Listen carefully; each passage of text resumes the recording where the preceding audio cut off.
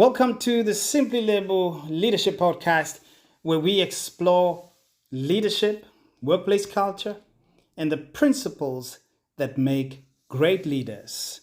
I'm your host, Lebo, and in today's episode, we are diving into a critical leadership topic, and that is building an environment for psychological safety. You may ask, what is psychological safety? I'm glad you asked.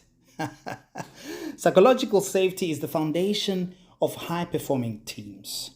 It's what allows people to speak up, take risks, and admit mistakes and bring their best ideas forward without fear of punishment or humiliation.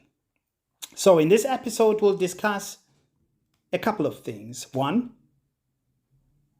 what psychological safety is and why it matters. Second, what happens when it is missing. And then third, how leaders can effectively build and maintain psychological safety. By the end of this episode, I hope that you will have a practical approach or a set of practical strategies to help you foster a workplace where people feel valued, heard, and empowered to contribute. Let's get started, friends. Are you ready? Let's get straight into it. What is psychological safety and why does it matter? Let's start with a very simple definition. Psychological safety is the belief that you won't be embarrassed, rejected, or punished for speaking up with ideas, questions, concerns, or mistakes. The term was popularized by an Amy Edmondson, who was, or probably still is, a Harvard professor who studied high-performing teams. Amy found that the best teams weren't the ones with the smartest individuals, but the ones where people felt safe to be honest, take risks, and collaborate without fear. Why is this so important in leadership? Well, it encourages innovation, because people aren't afraid to share bold ideas. It improves team learning because mistakes are seen as learning opportunities and not reasons for punishment. It builds trust and engagement because employees feel valued and respected. When psychological safety is present, people don't hold back. They contribute fully, and the entire team benefits. What happens then when psychological safety is missing? This is the second theme or pillar that I want us to deal with in this episode. What happens when it's missing, psychological safety? Well, when it doesn't exist, a couple of things happen in a team or in the workplace. First, people stay silent. They don't share ideas or concerns because they fear the backlash that may or may not come as a result of them breaking their silence or sharing their ideas or concerns. So people stay silent. Second, mistakes are hidden. Instead of acknowledging failures and learning from them, employees cover them up, or team members cover them up. Third, innovation dies. No one wants to take risks if failure means punishment. Fourth, a toxic work culture then emerges. Fear-based environments lead to disengagement, stress, and high turnover. In my studies, my first postgraduate studies, I had the privilege of working for an organization that allowed me to survey, the 900 plus population of employees within the province, and and for those of you in the US, a province, one would argue, is in context, is not in size, right? Not in proportion, but just to give you an idea what we're talking about in the South African context versus the US context. In a province is like an equivalent, if you will, of a state. So in that province, in this particular organization, I then sent out my survey, and my thesis was the impact of leadership on employee engagement. And I was very fortunate in that I got a very good response. More than 350 of the 900 colleagues at that stage responded, and they gave me raw feedback. At the end of it, the sum total, of what it came down to as a conclusion and a finding based on the data, not based on assumptions. Of course, I had the inkling, that this is most likely to be true. So I had to test that assumption or that hypothesis.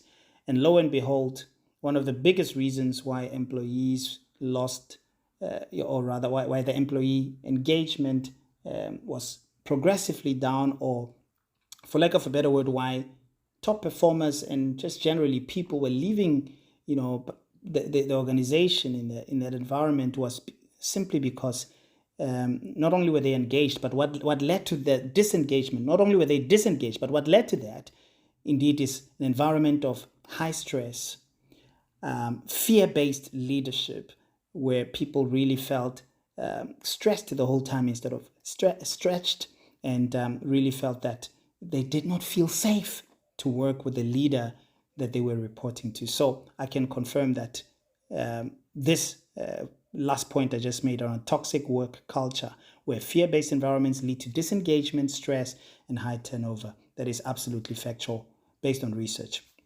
So think about workplaces that you've been a part of. Was it a place where people could speak openly, or even where you are right now? Is it a place? Do you work in a place or a team or a division or a business unit where you can speak up openly? Or is there a culture of silence and fear? As a leader, your responsibility is to create an environment where people feel safe to show up as their full selves. So how do you do that, you may ask? Let's talk about that. And that leads us then to the third and final pillar for today's conversation in this episode. How leaders can build psychological safety. Well, let me be honest with you. Creating psychological safety doesn't happen overnight. It is built through consistent leadership actions.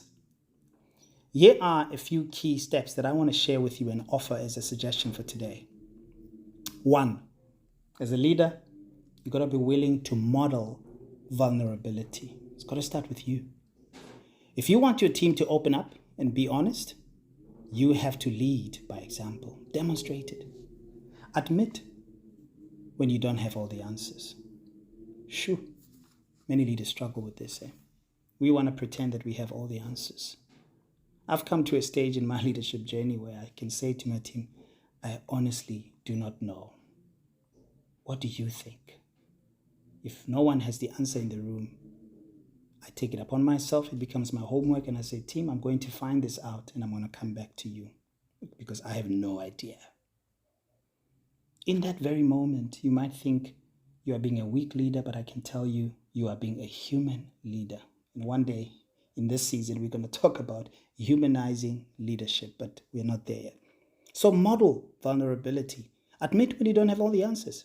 Second, own up to mistakes and share what you're learning. Leaders are not infallible. Leaders are human. You got to own up to your mistakes. Be honest when you've made the mistake. Own it. Apologize. Say sorry. It doesn't make you a weak leader. If anything, it makes you a relatable, trustworthy leader. Be open to feedback yourself, even from those who report to you. Are you open to feedback? Because if you're not, you are busy distancing yourself from valuable insights from your team. And as a result, you're impacting negatively on the psychological safety of your team. When leaders show vulnerability, it signals to the team that it's okay to be human. It's okay to learn and grow. The second way you can build, as a leader, psychological safety in your team is encourage open dialogue. Make it clear that all voices matter. Invite different perspectives in meetings. Come on now. It shouldn't be that your voice is the only voice that echoes in a meeting. Invite different perspectives. Ask for honest feedback and act on it. It's one thing to get the feedback, you better follow through on it. Make it a habit to say, what do you think? And once you've asked a question, keep quiet and truly listen. One simple but powerful phrase that builds psychological safety is, I quote, "Thank you for sharing that. Let's explore it together." Close quote. What this simple phrase does, and if you say it sincerely with pure motives, it reassures your team that their thoughts are valued, even if they don't have the perfect solution yet.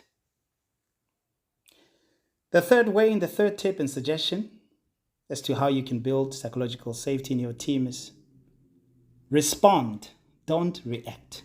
It sounds very simple. It's easier said than done. Respond, don't react. When someone makes a mistake or shares an unpopular opinion, how you respond as a leader determines whether they will ever speak up again in future. Instead of blaming, this is the second part of this, instead of blaming, focus on learning. I just want to go back to that last point and really emphasize.